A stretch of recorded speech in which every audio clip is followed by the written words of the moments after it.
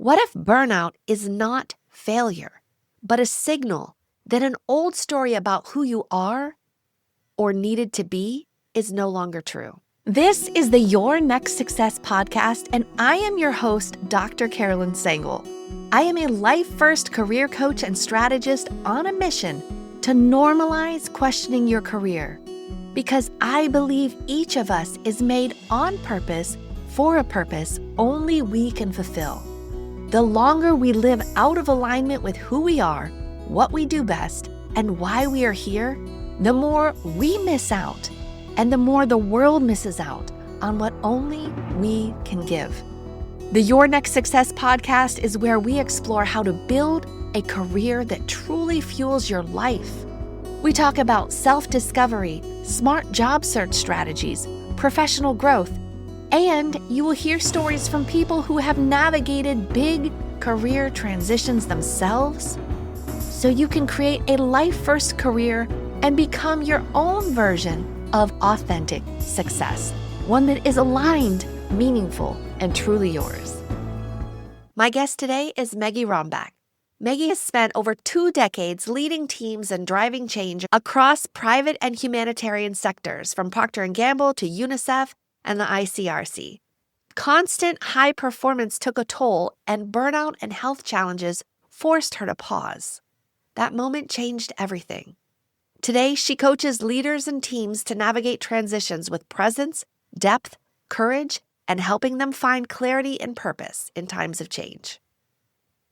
When people talk about burnout, they often focus on workload. Meggi invites us to look at identity instead. Who do you believe you need to be in order to be valued? Who do you become when you feel unseen? What happens inside you when feedback lands as judgment? In this conversation, she shares the teenage moment that shaped an authority pattern and how returning years later created the kind of closure that reorganized her nervous system and steadied her leadership. This is the beginning of what she calls the mindful rebellion, a grounded shift that replaces proving with presence and restores your ability to choose your next chapter with clarity. Meggi Rombach, welcome to Your Next Success. I'm so excited to talk to you today. My pleasure to be here. Can't wait. Awesome. We're going to get to all the amazing work and coaching and helping that you do with executives, leaders, people now. And let's go back to the very, very beginning. Tell us, where were you born? What was life like for your very littlest self? Wow, that's a long way back. So I'm a small town girl. I'm German originally. And yes, I'm from a small town in Germany. I'm the sandwich kid. So I'm the middle kid of 3. I have an older brother and a younger sister. My dad used to work as a chemist. So my mom helped him out in his pharmacy. And yeah, so that was really little Meggi. I started horse riding when I was really young. So that was part of me from a very early age. So I don't know how much more you want me to go, but... So horse riding was an interest. And being in the middle of siblings, I imagine enjoying time with them. What kind of things did you love doing? Like activities for once you got into school and even outside of school? What were you drawn to? So we were this kind of typical German middle-class family. So we all learned an instrument when we were really small. So I started playing the clarinet and I quite liked it, but I stopped it quite early. And it's something I'm a bit resenting now that I hadn't kept going. I also did jazz dance. So I did jiu-jitsu, so I did a few things, but then very early it was very clear that for me, horse riding is my calling. So at one point I was literally going to the stables every single day, so that was just my thing. Yeah. And then, of course, with my siblings, this is small town Germany. So we had a house with a garden. So we would just really live quite freely and independently. So we would, play in the garden together with the neighbor kids. In primary school, I had a little gang that I was kind of co-leading. So we were like a few boys and girls. And we called ourselves the hopping rabbits, which sounds a bit better in German, but not really. But basically, we're just going to like outside to like a little lake into the woods and like check out animals. I don't know, like just this kind of really Just nature-based exploring little and adventure. enjoying. Yes, exactly. Yeah. Oh, that sounds lovely. How about school-wise, when you started doing those things, were there any particular subjects or things that you enjoyed more than others? So I always loved mathematics. So Oh, numbers just always came to me. I really didn't like languages. I started with Latin, which, that didn't help. And I really hated Latin for many years. And funnily enough, the last few years, I started liking it because I had such an amazing teacher who loved it so much. And he made it so interesting and like little challenges. He would make us translate Latin poetry into German, but with the same melody. And there's a very peculiar rhythm to Latin poems. yeah. And I was like, okay, that's fun because that was like a riddle and I wanted to crack it. Mm. And then the other bit I really liked was biology. So I actually, in Germany, the last 2 years of probably like somewhere between high school in the US system, you can pick two main subjects. And for me, that was mathematics and biology. And I just loved it, both of them. Mm. And so as you went on to decide what to do after high school or is it secondary school there, it's so confusing. But how did you decide what to focus on or where to go? So I keep on asking my mom, what did I want to be when I was a kid? And she doesn't really remember. So one of the options I looked at was architecture because my uncle and my grandfather were both architects, but that kind of decided not to go after that. I also considered biology, like human biology, neuroscience, like something, not medicine necessarily. Yeah. I was also quite interested in physiotherapy, but that you couldn't study in Germany. And I was coming from this background where kind of, it was almost assumed if you can, you study. So I kind of disregarded the options that weren't university or studies. Ultimately, I chose on international business. And one of the reasons I did that was, first of all, it was not university. It's in the German system. It's kind of a very practical, let's say, really a practical university, so it wasn't extremely academic and theoretic. It was really practical. It was hands-on. They told us you won't spend a semester to learn this formula works. You just know it works and you use it. And I was like, yeah, that's me. And also it was 2 years in Germany and 2 years in Spain. So for me, it was really, so I wasn't interested in studying languages to study languages, but I wanted to be able to use languages to communicate. And then I thought business, that's pretty broad. So that will be useful. It wasn't necessarily a passion calling, but it just sounded like a good enough thing to do. And Spain sounded like adventure. So here we go. That's pretty cool. And had you ever, and so you had to like go to Spain? Had you ever lived outside of the country or traveled a lot extensively? Yeah. So yes. So actually before I even went to Spain, so the studies were two semesters theoretic. Then I had to move to do an internship. And then I went on top on an Erasmus semester to Gothenburg to Sweden. And only after that, I moved to Madrid, to Spain. And already before, I had studied Spanish or learned Spanish for a few months in the south of Spain. So that's also why I was really interested in going there. Then I lived 2 years in Spain. And then, you meet people that give you ideas that you never thought about. So my flatmates, they were 1 year above me. After they graduated, they went on a around the world trip. And at that time, there were tickets where they were pretty cheap and you could just go one direction and you had like X stops on the way. So I was like, I want to do that. So I did that after graduating for 3 months. And then I met all those people that did it for a whole year. So I was like, eventually I want to go for a year. So I actually went back, started working for 2 years. But then, for various reasons, I chose to quit that job. And then I went traveling for a year. What was the subject of the job that you were in temporarily? Like, what was it was 2 years, so it was not that temporarily. It was marketing, and it was in perfumes, which was pretty funny because most girls were like, "Oh my God, you have the dream job," and I'm not even that type of girl. I liked more the aesthetics of it. Let's design a beautiful bottle, right? It was more that. It wasn't like I don't know. Oh, this is a perfume. Interesting. Okay. So, but you had that idea of traveling for more than just a couple months. And so you had that job, left that job, and then went for a year. And then how was that?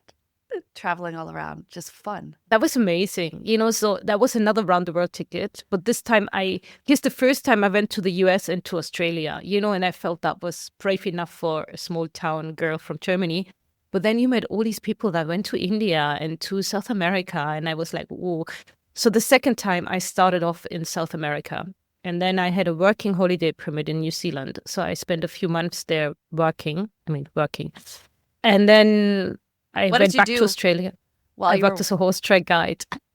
Oh, that's cool. Yeah. Yeah, I thought I'd go there and I work in marketing, but then nobody wanted to hire me. Like you just come in for a few weeks and, that didn't really work. And ironically, I met two British travelers in Bolivia, and they pointed me to that stable in New Zealand. And I just rocked up and asked if they need somebody. And then I stayed for 2 months. It's just amazing. That's awesome. Okay, cool. Yeah. All right. So, and you're traveling and are you by yourself traveling? Yes. Yeah, that was another thing. It was really scary at the beginning. Yeah. So the first time I already traveled large chunks by myself. And it's so funny. My mom and Ivy have a different memory of that moment because she was like, you're my brave child. You went on a world trip. And I was like, the evening before I took that flight to San Francisco, that wasn't even South America. I was crying because I was so scared. Oh. But then in the end, it worked out and it was fine. And, you learned. So I felt like I learned on a safer ground because US and Australia didn't feel so crazy. Mm. And then the second time was challenging because I landed in Peru in my first week. I had a big backpack and a small backpack, and my small backpack got stolen. Oh. I wasn't aggressed. It was in a bus. I was just stupid. I didn't watch out for it. But that was quite a shock, in like week 2. And then, I had to digest that. But then you meet people on the way every few weeks, and I don't know, it was actually great because I could reinvent myself every 2 to 3 weeks when I changed country, and then you go like, okay, now I meet new people. So let's see where that takes me. Oh, that's cool. That's interesting about the reinvent yourself. Yeah, because you're in a completely different environment situation. People don't know you, and so you could just try however you want it to be. Exactly. What kind of personalities or ways of living did you try to be? Do you remember any of those? So the first time was a bit more organized. So I actually went first onto a farm. Do you remember the movie The Horse Whisperer? Yeah. Yeah. So the guy who was the inspiration for that, Monty Roberts.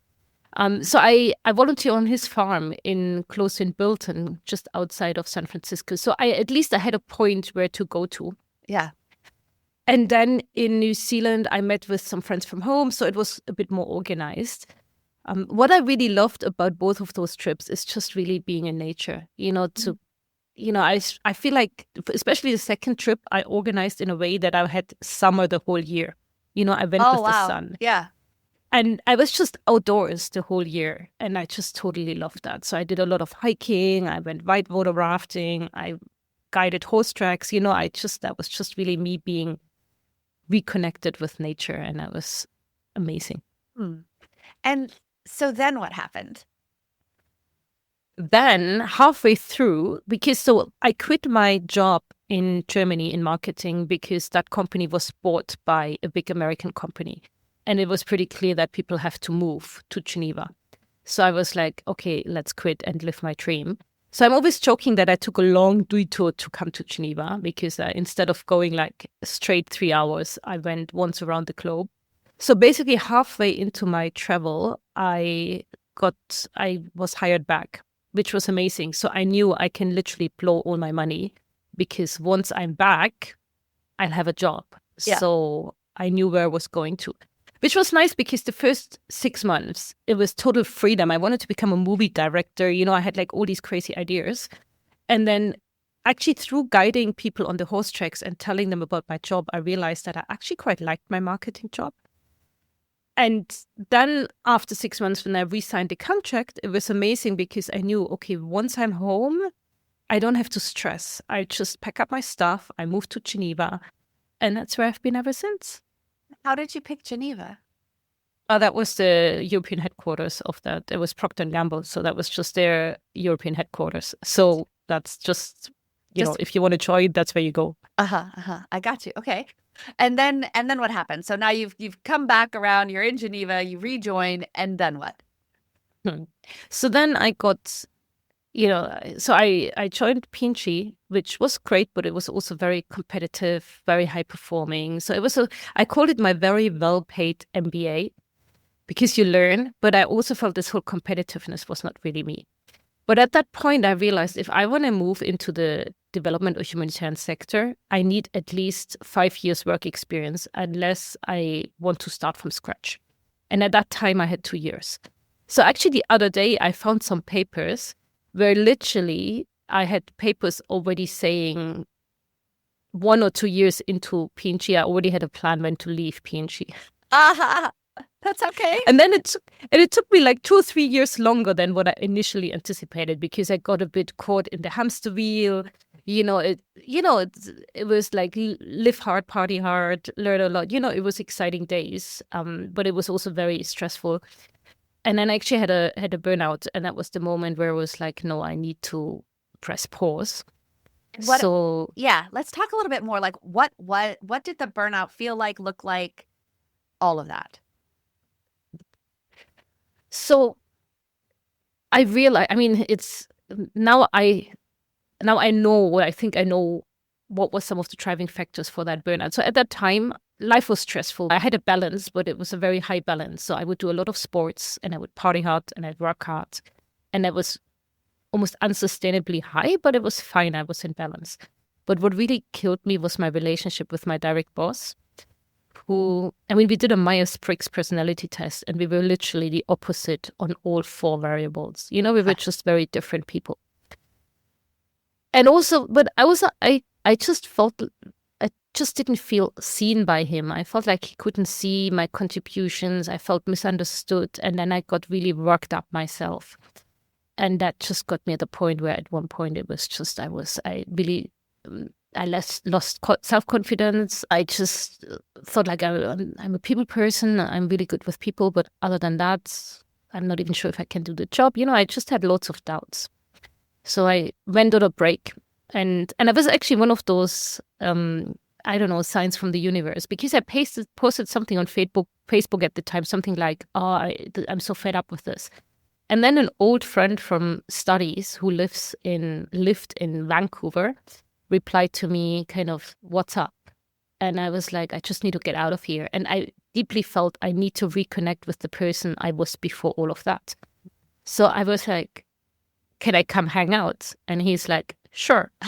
So I jumped on a plane and I went. It was not long. It was maybe for 2 weeks. But it was just amazing to reconnect with an old friend that I've known before I've become a professional. Yeah. And just get to another place in the world, just completely disconnected and kind of to find me again. Yeah. Yeah. And just enjoy, I guess, without the pressures or any of the stress of having to do something. You now got to choose and completely. That's amazing. And then what happened? I was off a bit longer, so I also went on a short holiday with a friend. So I had like a break, and actually at that time, they had offered a sabbatical program, whereas one can go for an unpaid break to UNICEF in the field. Wow. So I went. They weren't so sure. There were some questions if I could go from a short medical leave right into a sabbatical, but I could. So then I went 3 months to Cameroon with UNICEF. Wow. And that was just amazing. And when I came back, I was like, okay, that's it. I need a change. So I then applied for a quite specialized MBA program in Geneva, which was focused on international organizations management. So it was really targeted for people that either want to move from the private sector into development or humanitarian work, or for people from the sector that wanted to beef up their management skills. So it was a really small program, but it was an amazing group of people. And I did that for a year. Then I volunteered with UNICEF for almost a year in Geneva, which was part of the MBA. So I needed some practical experience to graduate. Then I was looking for a job for 2 years. And at one point I was, not 2 years, the whole transition took 2 years from the moment that I quit until I had a paid job. But I was probably looking for like almost a year. And then I found my work at the Red Cross. Tell about that. Yeah. That was amazing, so I really felt that that was a dream come true. Because, the way I compared it at the time was, I felt like a penguin on land, so I would waddle, but I couldn't really, I wasn't free. I couldn't really move, or it wasn't effortless. And then coming into the Red Cross, I felt like I'm back in water. So it felt easier. I felt my people skills were appreciated. And at the same time, so that's a specific part of the Red Cross. That's the International Committee of the Red Cross, which is the part that works in conflict. And it's quite centrally managed. And I just felt like I kept the professionalism. So I kept the ambitious, driven people that I worked with in Procter and Gamble. But I had on top this whole sense of purpose. And I was just really a dream come true. What was it about working in there? Like, what were some of the projects or people that you got to work with while you're in that capacity? Because, we hear, okay, American Red Cross, right? So it's like they show up at disasters and like there's a hurricane, there's a flood, and then they're there to help. Help me understand from my ignorance, what does the International Red Cross do? So the International Red Cross, so they have two main functions. They're really at the origins of the whole movement. So on one side, they protect the body of law, international humanitarian law that governs the whole Red Cross movement. So that you have a lot of lawyers in the organization. And then on the other side, it's very operational. And it only goes into conflict countries. And it's full of there are many experts, we have many engineers, we have medical staff. It's a really broad range of people. So when I joined in the fundraising team, and I actually never wanted to be in the fundraising team. But that was, for me, coming from marketing, that was the way in. Yeah. And I worked on corporate partnerships. So from the beginning, I wanted to work on corporate partnerships that go beyond just we give you money. I really wanted to see how we can bring experts from a corporate together with our experts and build something where the skills align, where people work on real operational collaboration. We did a few really cool pilot projects, and I've been leading that work for 10 years. And up until today, I haven't seen that anywhere in the sector really at scale. This is so hard to do, to find this technical overlap. So if any listeners have example that work at scale, send them to me. I'm still interested to see them. But it was really innovative work. So we're really trying to change the way the organization operates. We really try to trailblaze almost for the whole sector to find new ways of doing things. And there are other organizations that tried that, and some of them more successful than us. So it was really interesting work, because for me, it meant I work really closely with our operational staff. So I would sit down with the doctors, with the engineers, to really hear and learn what they are doing, to then be able to see if we can match this with some skills in the private sector. Interesting. So it was interesting. Good fun. Yeah. And then what? Yeah, so that I did I navigated my way around within the Red Cross through a few restructurings, losing the job and then finding my dream job inside. So I moved around. So I'd say it probably took me almost a decade to get to the place where I wanted to be from the beginning, which was really leading globally on partnerships, which was, it was actually a small team. But what we worked on was we worked closely with our colleagues internally to establish a way to work in partnerships for them. So to really multiply the effort. So we would train people internally, and then they can go out and have more impact. And that was all great. But then there was one financial crisis, there was another financial crisis. And then, in 2023, I hit another low point. So I had another burnout, or I was very close to it. And there was just too many changes. Also, with all these changes, there was always a lot of insecurity attached to my position. So for 2-3 years, every year I didn't know, do I have a job next year? And that was just so, that really ate me up. But then again, I realized I had an issue with my manager, and my manager was great. So I realized that was also the expectations I had towards, I was really dependent on external validation. And so as it happened a second time, I became really curious to figure out where that was coming from. And then just so happened, I also had quite a serious health challenge. So I was on leave for quite a long time. And when I came back, I negotiated to come back into a new role. So I didn't want to come back to my old role. I wanted to come back to something that leads me forward, which was then in career development. So I came back to work on career paths for one of our teams. And that was just great. And then the next financial crisis hit. And then I lost my job last July, which was a shock.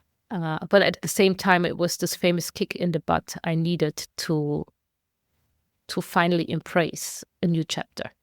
Imagine what your life would be like if your career aligned with who you are, what you do best, and actually fueled the life you want. At Next Success, we support all ages and stages through career transitions, from students exploring majors or careers to job seekers actively searching or reimagining their next move to professionals committed to self-awareness and leadership growth.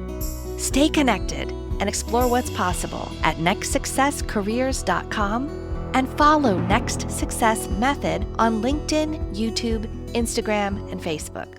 And what is that new chapter now? So it's in the making. So I've become really curious about transitions last year as I was pushed into my own transitions. So now so first of all, I'm building and piloting my own portfolio career, to kind of have several income streams. Because also, I'm also looking for a job, but it's just really hard these days. Yeah. So the way I look at it is whether it's a bridge or it's a new model, I don't know yet. But I'm really testing with being more entrepreneurial about how I go about work, to do maybe part-time roles, to maybe do some advisory, to do some team trainings, to push my coaching practice a bit more, to focus on my podcast. So I'm really experimenting right now. But what I do now, it's all about really, I want to work with people, help them through transition, whether it's in career development or in leadership. It's really, this chapter of my life is about giving back and connecting with people. And what are some of the favorite things that you love as tools to help in your coaching, or what were some special tools that even, I guess, helped you that you decided to now utilize in your coaching? So it's a permanent beta, so it's still evolving. Last year, I was all about, there's a really good book. It's called Transitions by William Bridges. And it talks about how in transitions, you really have to mark the ending. And then often we're tempted to rush into the new beginning. And what is really important to spend enough time in the neutral zone, like in this messy zone where you don't know what's next. So that's where I was really focusing on last year. And then I got really curious about transitions. And then I discovered what I now call the mindful rebellion. And that's really now my thing that I want to focus on. And when I say mindful rebellion, it's like I'm a people pleaser that discovered my own rebel energy. And when I mean rebel energy, it's kind of to be braver, to mark my boundaries, to find and claim my voice, to set my rules and protect my rules. And the more I talk to other people, often in midlife, but not only, I see there are more of us that need that. Like high performers, high achievers that reached what I call Everest Base Camp. They reached a certain level, but then they're like, is that it? And if that's not it, what is it? And it doesn't necessarily mean you walk out of your career. But it means if you stay where you are, you want to have a bit more balance, or you just want to put your boundaries clearer. And I feel I had to learn that the hard way. And I now would like to support people. And how concretely I do that, it's really on focusing on mindset, what I call mindset mastery. So on your mindset, including tools inspired by, neuro-linguistic programming, sophrology, or mindfulness, but not just, but really on your mindset. And the other one is really on planning, on the how, and I look at it as agile project management, to really have proof of concepts, little tests, try it out, see if it works, see how it feels, so that's kind of how I help people through it. Because I feel sometimes we feel like if you want to make a huge change, it feels so overwhelming. So we don't even start. So if you can make the first step smaller and less radical, it's more likely that you just do it, and then you learn, and then you adjust. I love that. Yeah, almost like the Atomic Habits approach, right? James Clear with Atomic Habits. And it's like somebody that wants to go work out, and you make this thing that you want to lose like 30 pounds and you're going to work out. And then like you're saying, it becomes so overwhelming. But what if day one, you just put your shoes on, Exactly. Yeah, I love that. Exactly. and just get to that. And then, after making that your habit of you put your shoes on, well, then now your shoes are already on. You might as well go for a walk, that kind And of that's thing. how I built my mindfulness and meditation practice, because I did the mindfulness-based stress reduction program, like the 8 weeks where you're asked to meditate at least 20 minutes every day. And I was like, after the 8 weeks, I'm like, 20 minutes every day, that's a lot.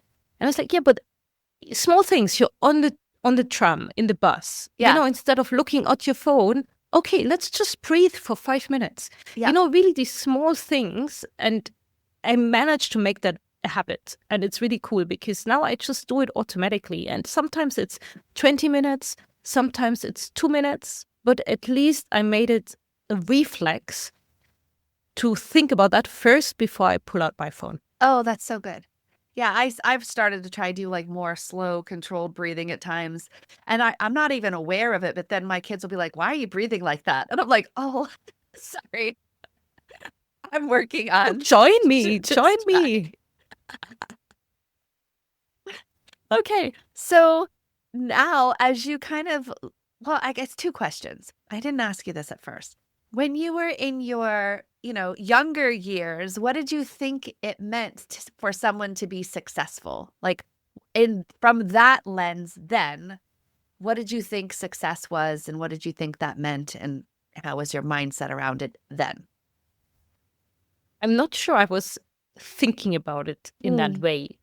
But what was really inspiring for me is I'm coming from a family with very inspiring female role models. So my dad's grandmother, the great mother, she was the first female chemist in Germany. Oh, wow. And their stories, how tough that was at that time. They were literally writing letters to each other, like the handful of women that were even studying pharmacy at the time to support each other.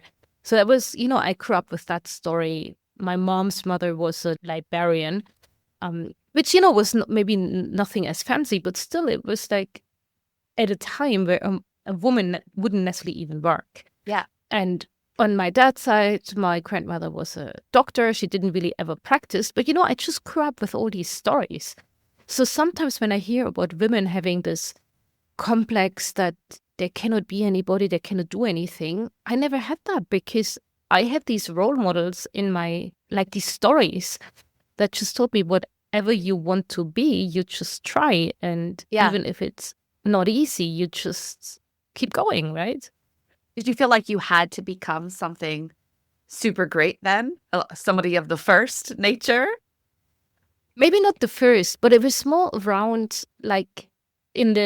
before graduating, before going to university, there was a moment where I figured out how I get really good grades in school.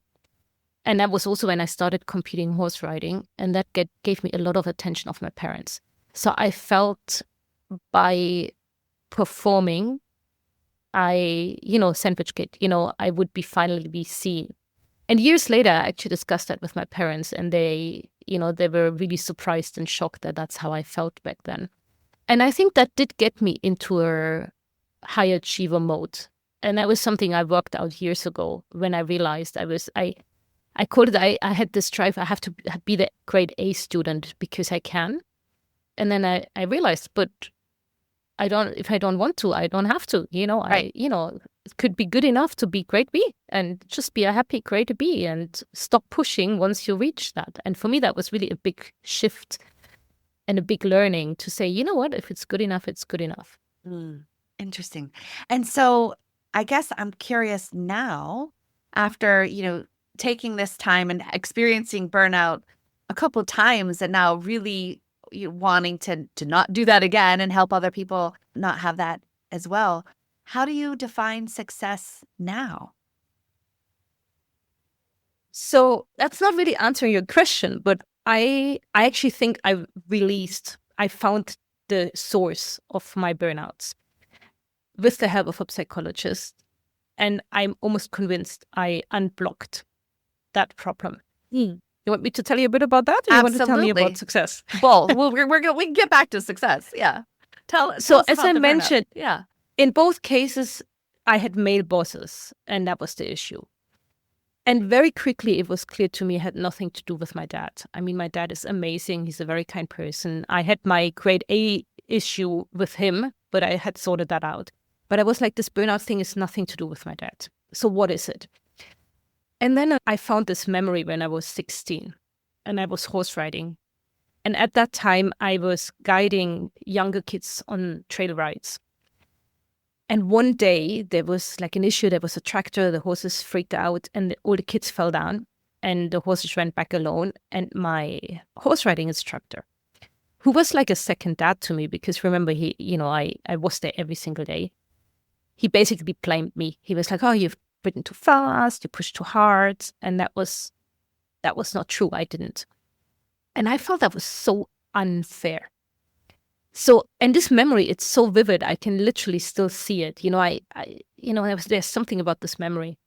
So my psychologist actually challenged me to go back and see my horse riding instructor. Oh, wow. And I was like, oh, I had always this idea one day I go back there with my kids. And then I had kids really late. I only have one. So that also, I had always excuses to postpone that. So finally last year I went back and I was really nervous about it. And we didn't talk about that moment, that didn't even matter. But I met him, I went there with my kid, we had a chat, we talked about the good old days, he remembered me, and I feel that gave me closure.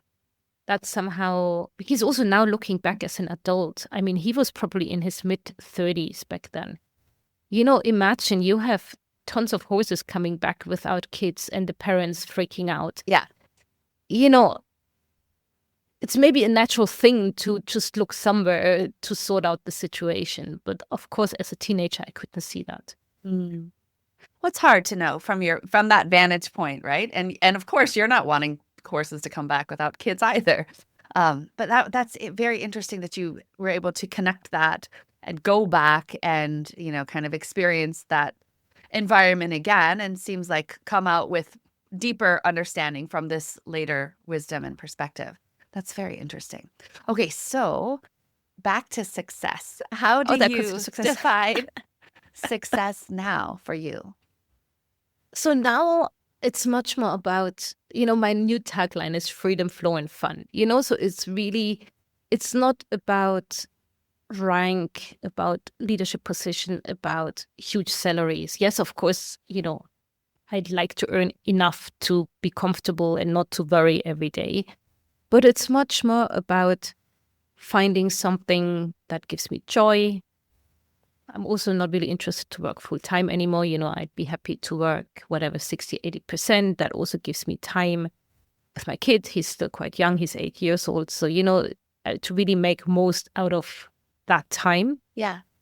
So in that sense, for me, success now is more having like a balanced life. It's more about the lifestyle than about like the classical success, shiny objects. Yeah. I love that, because that's how I now try to focus, right? Help people design, like, what is it that you want your life to look like? Let's figure that out first. And now let's figure how can your career fuel that life instead of take from it?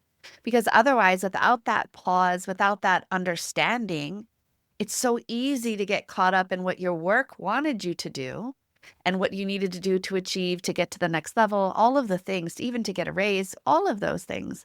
And that can come at the expense of the life that you really do want to have, or just thinking like, oh, they'll always be there. And they might not be, or they grow up. So I love that. And also to normalize what I do with the people I work with and with myself. Joining the Red Cross was my dream at that point. Joining P&G was amazing at that point. But it's okay if your dreams change, because sometimes I feel like, people feel like they betray themselves. If I worked so hard at a time to get there, if now I let it go, do I betray myself or my dreams or whatever? It's like, no, but it's okay that, dreams change, goals change.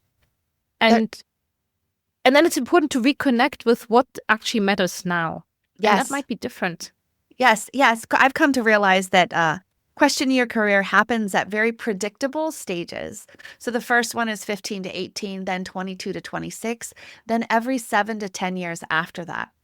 And questioning doesn't mean there's something wrong. It's an opportunity for you to be a little more self-aware and choose what you want, because it